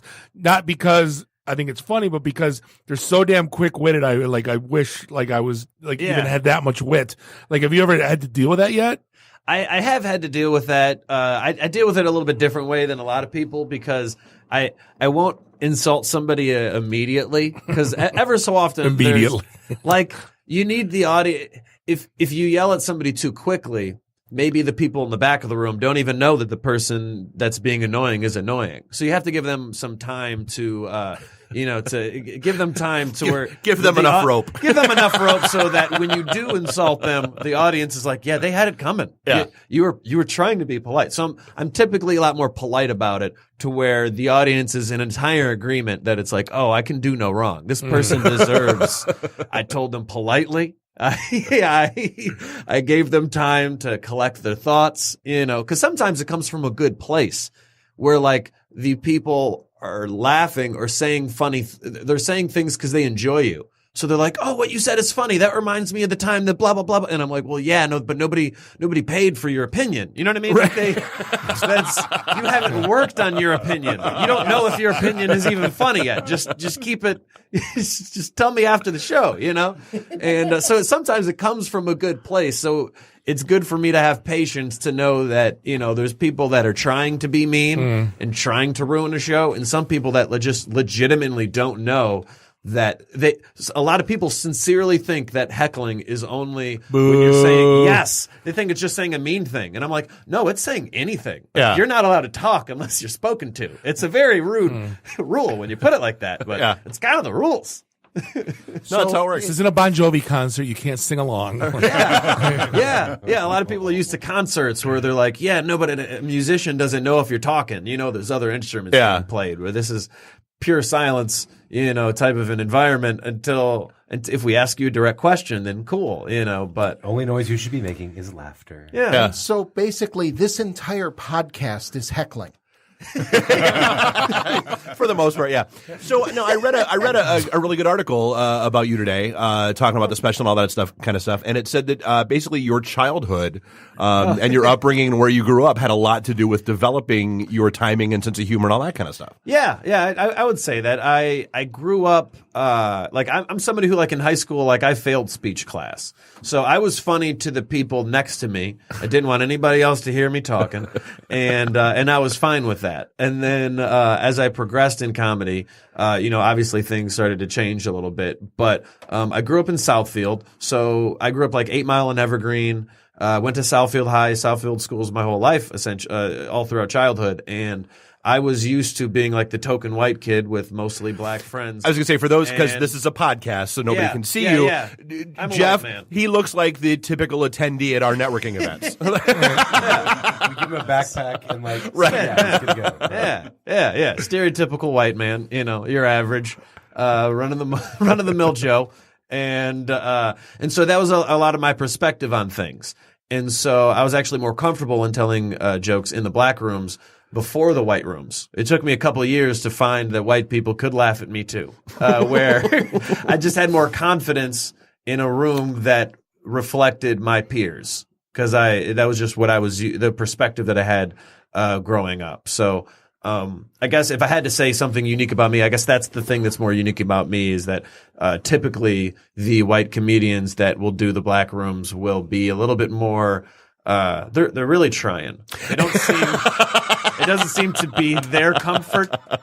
It seems like they're really trying to prove how cool they are. Right. Where, I'm not going to change my dress or my talk or whatever. I'm fine with what anybody knows or doesn't know about me. Right. So, originality is obviously the key to stand-up comedy. You hear all this with Mencia, and here was my always issue is like, God, I would love to do it, but I would just regurgitate Rodney and Richard Pryor jokes.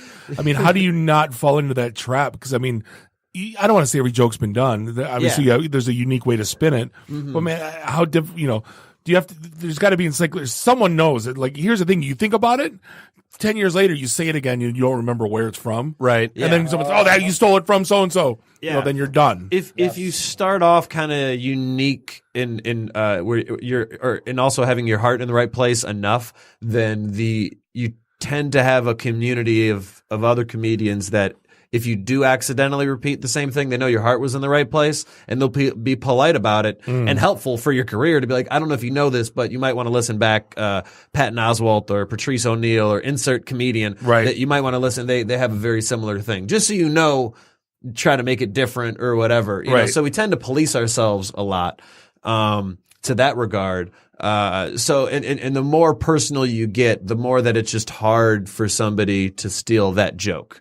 So that's why uniqueness helps in comedy, because it's like, what are the odds that somebody else has the same story about your mother and father and this, that, and the third, where observational material throughout time can be harder and harder to find the uniqueness in. Well, and one of the things you just touched on that I don't think a lot of people understand, and this kind of also gets into the whole why don't be a goddamn heckler.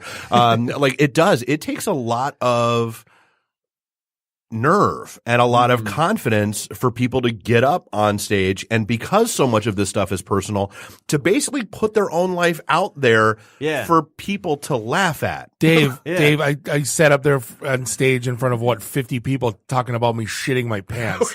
I mean, let's be real. Well, and how drunk did you have to be before you did that? I was fine. Actually, I was not drunk. But then dude, did you know they tagged my first name, last name? I'm not happy about that because my kid found it.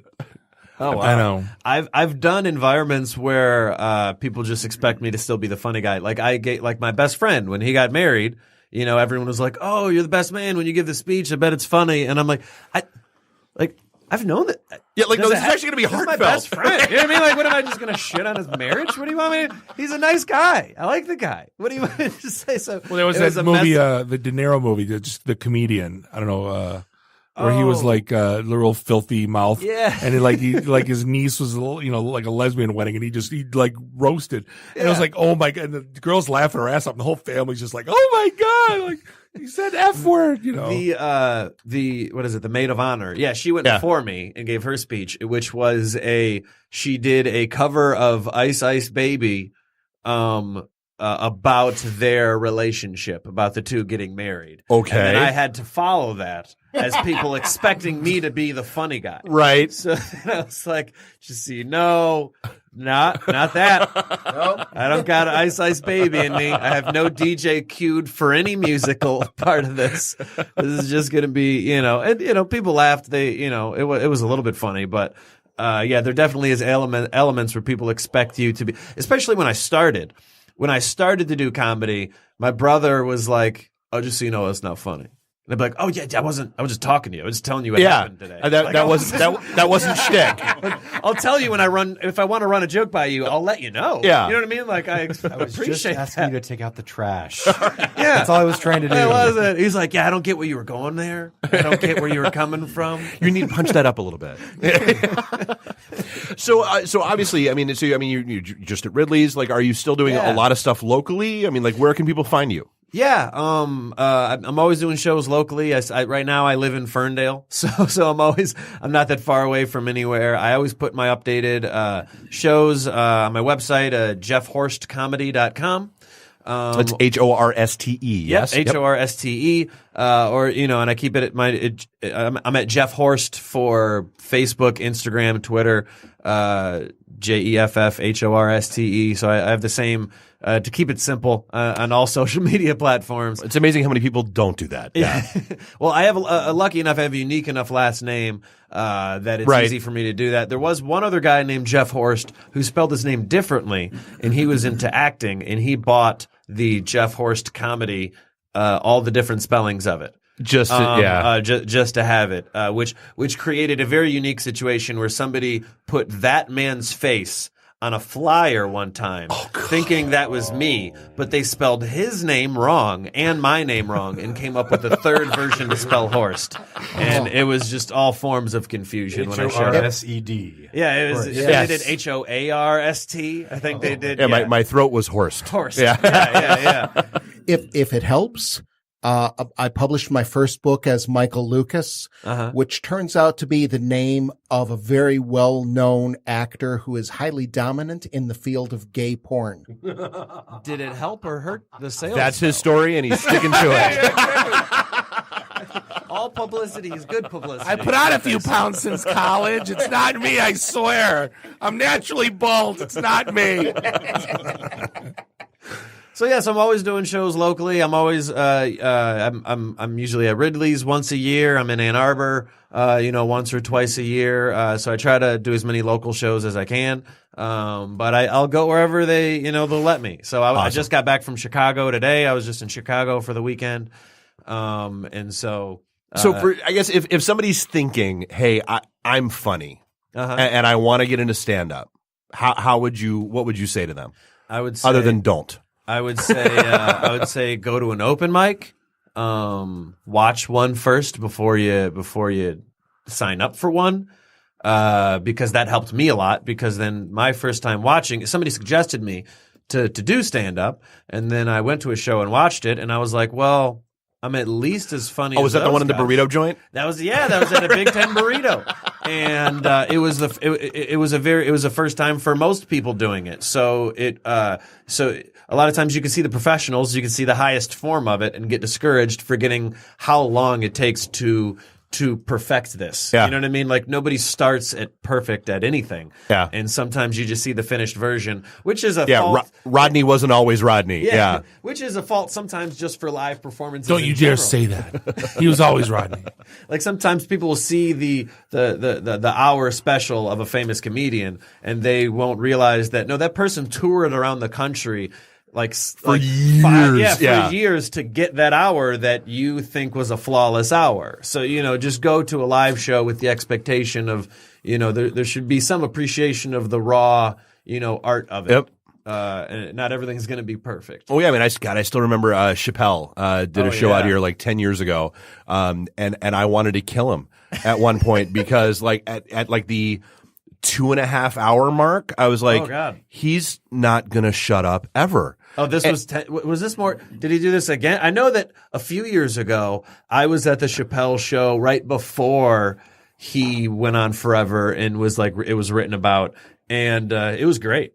Oh, no, like, I think he wound up on stage for about four and a half hours that night, and I mean. It was like a night with Kevin Smith. Oh yeah, I mean, and don't get me wrong. He said that there was like some local rapper that like he smoked something with him.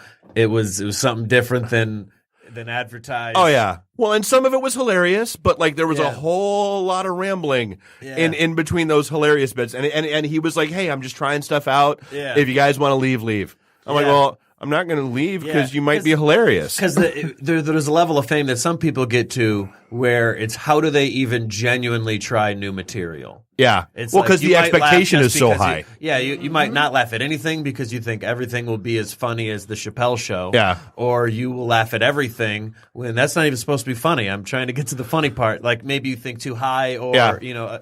See, I remember seeing Carlin live and it was verbatim the show that just played on HBO. Yeah. That we watched every day. And knew every word of. And we knew every word. I'll never forget because this guy's a row in front of us. He's like, can you just do me a favor and shut up for at least one joke? Because we're doing the punchline for for the whole entire show. We were in the, it was like at the Palace though. It wasn't like at Ridley's when we were. It's at the Palace where a lot yelling seemed perfectly acceptable. Yeah. You know? Yeah. Everybody goes to a show with a different set of expectations of what they want. So it's like some people will be upset if you say jokes they've already heard you say before, and then some people could be upset that you didn't say all of their favorite jokes. You know, everybody. It's kind of like being a band. Perspective. Yeah. Play the hits, and the new stuff, and some new stuff at the same time. Well, I couldn't imagine like being Dice and like how old is he now? 50 something, and just go do hickory dickory dock. All right, You're like, and he's still doing it. He's still at the Comedy Store. He's working out. He's still, everybody seems to be trying to get back in it now. Yeah. Now that it's starting to kind of resurge with like Netflix and so many other platforms giving. Well, half hour opportunity. I'm older than you, but half hour comedy hour on MTV was amazing, and that's how like those people were famous to me. Mm-hmm. And it's funny because I'm at my corner bar in Rochester Hills. Okay. And it was on open mic night, and I hear these jokes, and I go, "Yeah, I'm Geechee Guy." And I go, "Geechee Guy," and I went and looked over. And it's Geechee Guy from Half Hour Comedy Hour. And at that point, he was like a huge star to me just because I knew him from that. And his sister lives there, and he was testing out some material. And I'm like, it's funny because you don't have the right now, I think in comedy especially, there's only like, about a dozen people right now, like the big, and there isn't really those platforms for those smaller shows like there used to be. Dangerfield, those HBO shows, they launched, half the people the HBO specials? When Dice, those are Kinnison and Dice. Yep. And, oh my God. But yeah, those were like rock stars back then, Which is why I really do appreciate the comedians that provide opportunities for the other people. Like for example, for the shows that I did for Heart of the City, you weren't allowed to have too many other TV credits to be allowed to be on it. Kevin Hart really does an amazing job of finding people that are qualified but that need the opportunity. So he's given people. He's reached back to people that have helped him throughout his career to get where he was today. He's given those comedians spots on shows that he's a part of. Like Last Comic Standing, they had Bob Zaney on. And he was doing stand-up for 25 years. Like, wait a minute, you can't be on. This is supposed to be for people like, Exactly. Sometimes you'll see shows where, like, I thought this was for the new up-and-coming comedian. He already has a half hour. You know what I mean? Right. He got a chance. You know what I mean? Where that's why I can't thank everybody related to what I've had so far. I can't thank them enough just because I'm sure you could get an easier job for ratings and for viewing to find somebody that already has a big name. Right. Where he's tried to reach out to different cities across the U.S. and find people that haven't blown up yet. And he's still put a lot of work into the process. The producer, Joey Wells, watched the videos from everybody. You know what I mean? Like, he didn't just skim through it, right? Ask a few people who the funny people were, and then just take the money and run. You know what I mean? Like, he put the time in and watched all of the videos. And it's just really nice to see that there are people trying to reach out to bring up the next up and coming people in comedy. So you gonna say something funny yet? Come on! I had to. Segue. Yeah, but hey, we're gonna cut you loose. We appreciate it. JeffHorsteComedy.com, HRSTE. Yeah, and August 24th. Set your DVRs. The 11 You doing o'clock. a viewing party anywhere? Yeah, Zeke's Barbecue. Nice. Zeke's Barbecue. We like Zeke's. Say hi to Rebecca. Yeah, it's free. It airs at 11 o'clock Eastern Standard. So anybody that wants to watch it, feel free. It'll be on the Comedy Central website. Yeah, let's go. It'll be on the Comedy Central website as well, so you can log in and watch it on there afterwards. So however you want to get it. Awesome. Well, hey, we're going to wrap things up for this episode 260. I'll have to say this is in the 5-star category. Absolutely. If we're going to ever look back. Hey, we'd like to thank our guests, Michael W. Lucas, Caston Thomas, Jeff Horste. Also like to thank our sponsors, Sideline, Hymns, and WGU.edu on behalf. And Audible. Oh, and Audible. That's right, because I didn't have it under my notes. And Audible. It was inaudible. It was the inaudible Audible. Right. But hey, on behalf of Bob, Dave, Nuri, and Randy, do us all a favor. Drink up your drinks. Get your phone numbers. You don't got to go home. You just got to get the hell out of here. Drive careful. See you next week. Beat it. The emergency destruct system is now activated. Conan, what is best in life? To crush your enemies, see them driven before you, and to hear the lamentation of their women. Long live Flash! You've saved your Earth. Have a nice day. I have come here to chew bubblegum and kick ass. And I'm all out of bubblegum. Nice shooting, son. What's your name? Murphy. Make the run. The run. Game over, man. It's game over. It's over, Johnny. It's over. Nothing is over. Nothing. You just don't turn it off. I can't say no, and I don't really want to, so. Well, especially with the back doors open. Yo! Hold up! Time out! Time out! Y'all take a chill. You need to cool that shit out.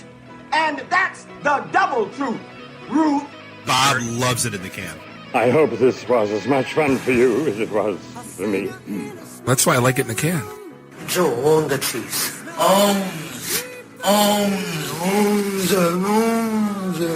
Bear me. My job is to make sure this program is morally upright and cultural and wholesome. Shut up, Mimsy! Shut up, Mimsy! Shut up, Mimsy! Why would, Buick put their cars next to, the Bentleys? Why? That's not marketing. The alphabet. It's brilliant. Yeah, I can't take that position. That analogy sucks because it's right. Because you're getting your 8-track tuned up. Are we at a break yet?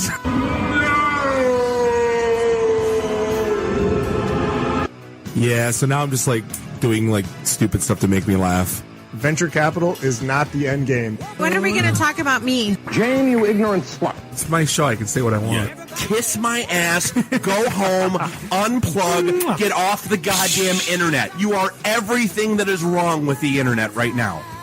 You're so white right now. I'm the whitest guy in the room. Just explain it to me. I love this city. I was banging on the wang. Really? Should we talk about this? Tag team it. Should I keep going or should I stop?